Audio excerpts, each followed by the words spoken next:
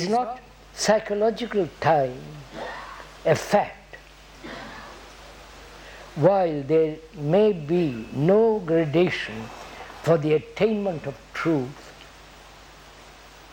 how do you question the usefulness of self-preparation for establishing right kind of body-mind harmony? Surely this must be a gradual process.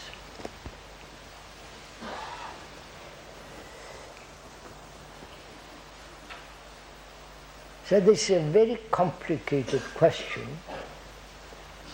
and the question reveals in itself a much more complex state.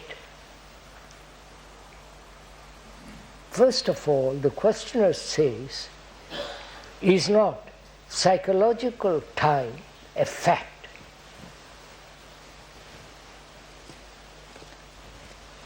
Now question it. Doubt it. Why accept it? Is there psychological time as a fact?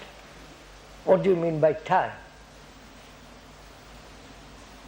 It's now 9:30, 8:30, sorry. There is tomorrow, right? Sun rises, sun sets, 24 hours, and tomorrow is another morning. That's not psychological time, surely. That's an ordinary chronological time, 24 hours a day, right? Now what is psychological time? Would you say, is it not a fact? What do you mean by psychological time? I will be there tomorrow. I hope to meet you tomorrow. Hope. I want to be beautiful. I am not, but I want to be. The want implies time. I don't know if you understand this. Hope implies time. I must attain nirvana or true time. And I must discipline myself. Time. All those are factors involving time and more. Right? And the questioner says, is it not a fact? An illusion can be a fact. Right? I believe I'm Napoleon. Sorry, I'm taking. You don't mind Napoleon? I am Napoleon, and I'm convinced I'm Napoleon. And you all think I'm a crazy man. But I live in that illusion, as you do. Not Napoleon's, but you have got your own illusions of grandeur, of belonging to a certain state, with a garland, with a photo, and you belong. So you live in illusion. God, rituals, nationality, right? They're all illusions. Do you question that? What is an Indian? What is India? For God's sake. It's a geographical description of a subcontinent, right? And you have given to that group of people living within that borders of that country tremendous importance. Ancient culture, 5,000 years, gone to smithereens now. And you take pride in all that. So does the Frenchman, right? So does the English. And this is called factual psychological time. Right? And I say there is no psychological time at all, except that thought has invented all this.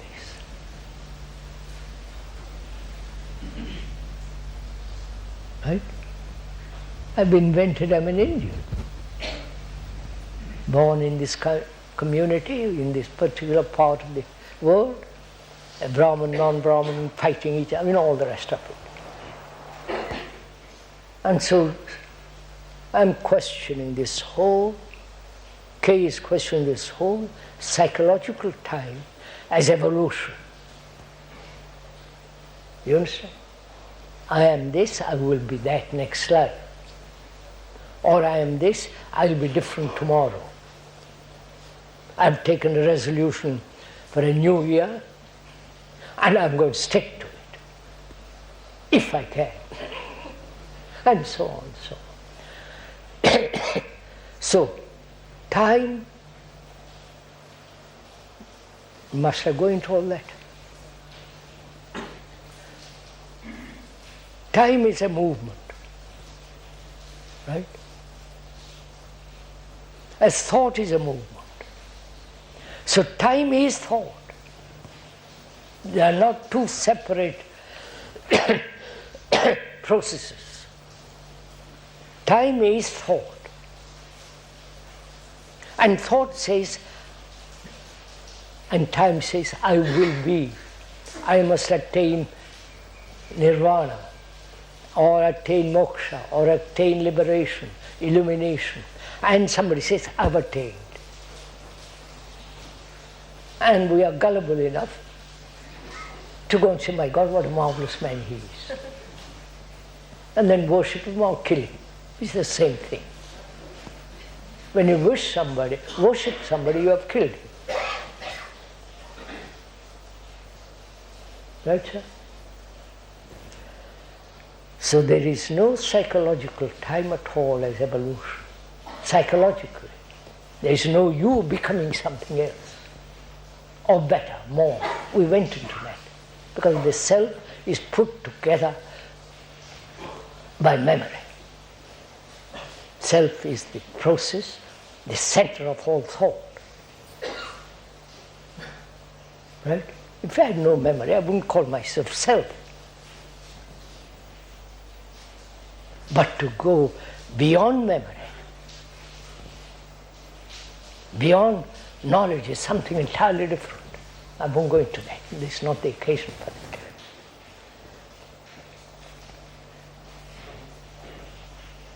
And the attainment of truth, the question is, say, time is necessary. Now, clever people have invented paths to truth. You have your path, I have my path. You are a devotional path, I am a ritual. You follow? Path of various kinds, Christian path, Islamic path, Hindu path, Tibetan path, which means path leading to a goal. The goal you call truth or the Buddha or some other, right? A path implies a goal which is fixed, right? Is truth fixed? Is truth stationary? Non-dynamic? Static? Or something tremendously alive?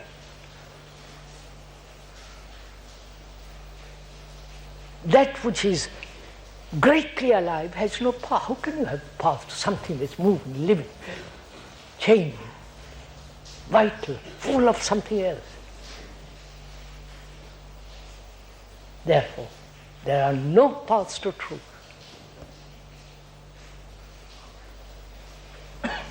Right? Be clear about it.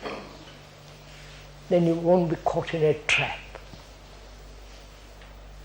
The goal is the means. The goal is not separate from the means. Right? The communists say, some of the communists say, the means doesn't matter, get to the goal. Right? We want a marvelous state, it doesn't matter we'll kill 1,000 people or 1,000,000 people. We must have the goal. You understand all this? But the goal is the means, they're not two separate. And where is the goal? Out there somewhere in the distance?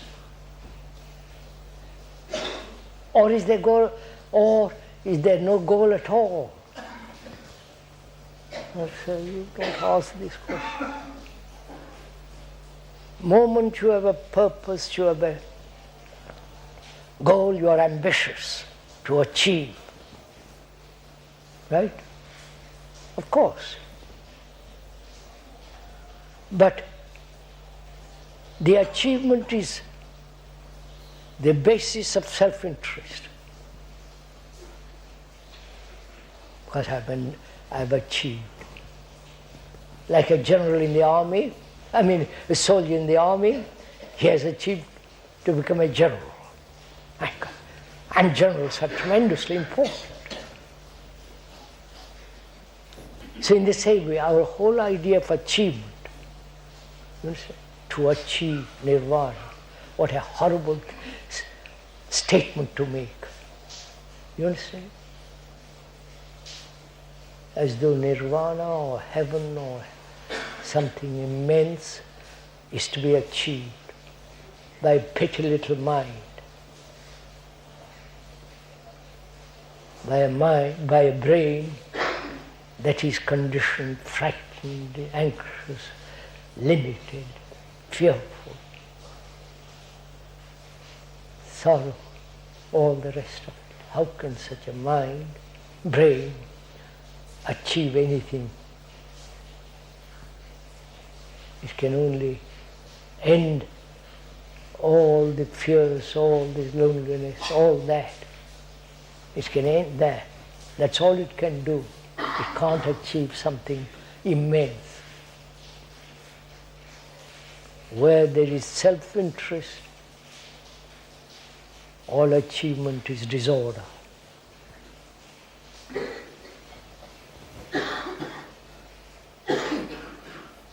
And the questioner says, is not self-preparation for the establishment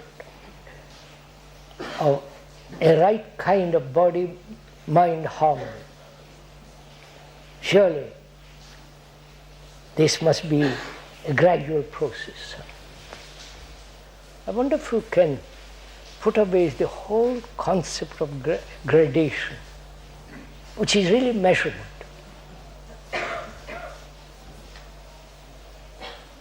You can measure a good cloth against bad cloth,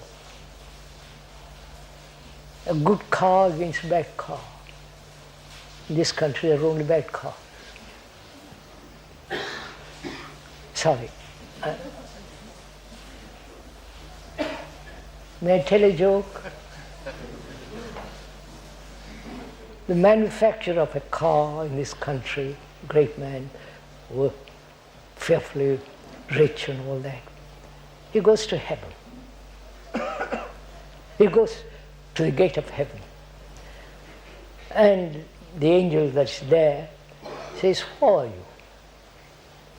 Say, I'm so-and-so. I've built churches, temples, hospitals, schools. And the man there at the gate says, we know all that. All rich people do that. That's their concession to their evil. We know all that. And the great man says, my God, what am I to do now? Yes, he says. Each time they get into my car, which I produce They say, oh my God.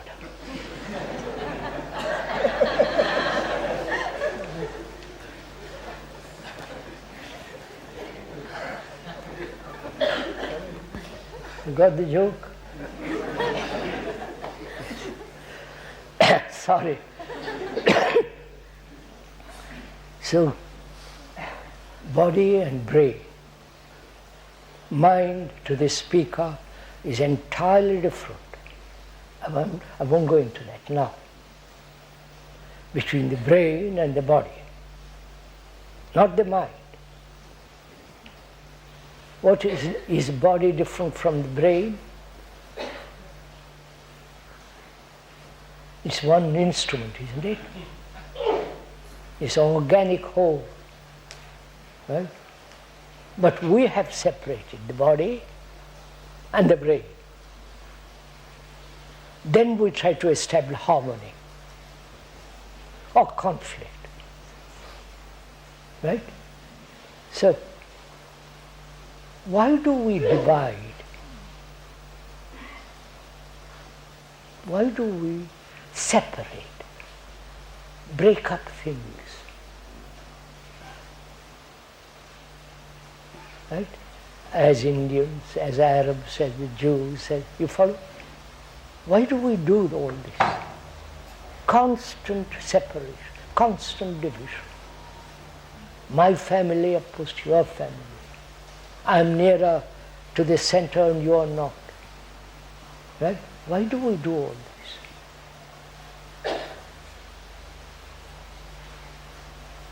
Answer this question to yourselves. Why do we break up everything we touch? We break up, right? My wife against me, and so go right through life. God and good and evil, and you follow. There is this process of division going on all the time. We and they.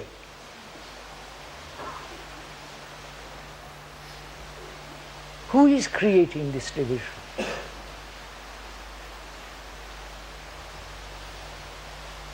Is it thought?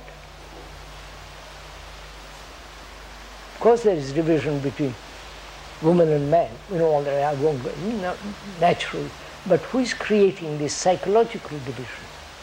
The brain and the body. How absurd to divide the two. And why do we divide? That's the fundamental question in this. Is it thought? Of course it's thought. Apart from man, woman, light and dark, better car and worse car and so on, better material. There must be choice, there must be measurement, there must be all the rest of it. But otherwise, why is the brain dividing?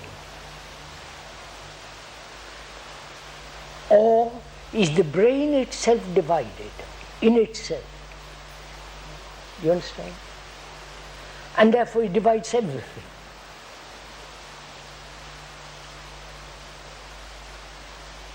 Are you asking this question? Sorry, we'll stop now. You may be tired. So who is responsible for this division of mankind? Outwardly, European, American, Russian, and their superpowers, lesser powers, you follow? Who is dividing all this and therefore creating tremendous chaos in the world? War is an ultimate chaos. Chaos in the sense, total disorder. Who is doing all this?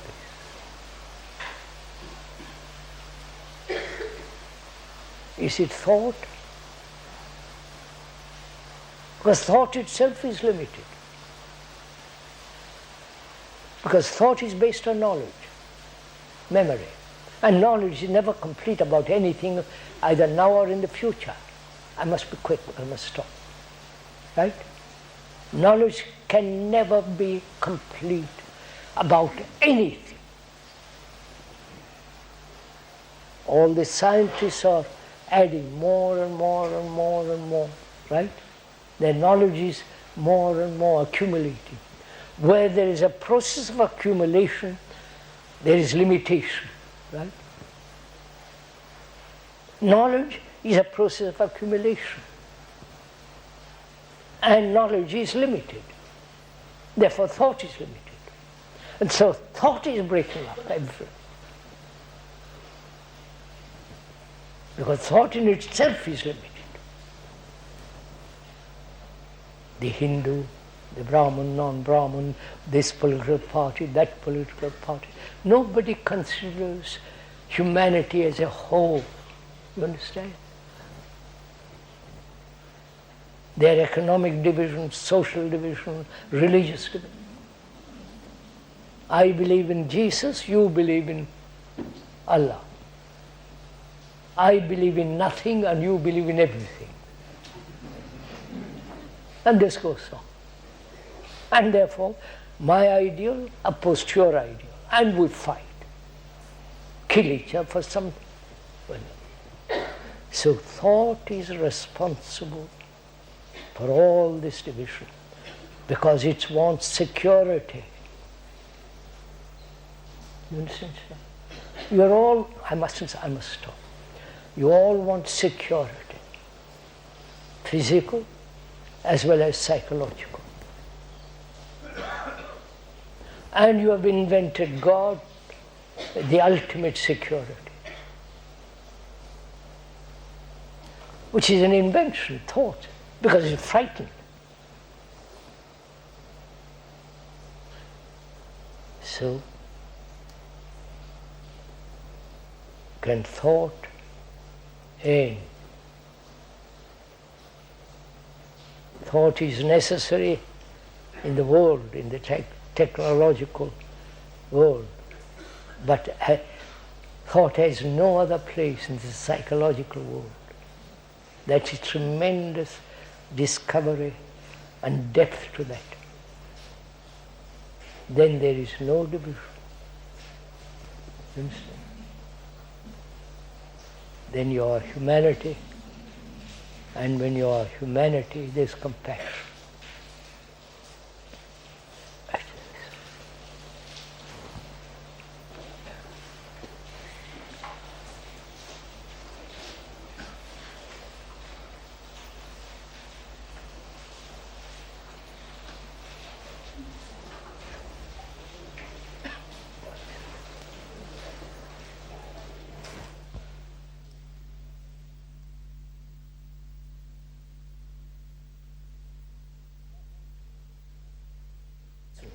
Not take notes.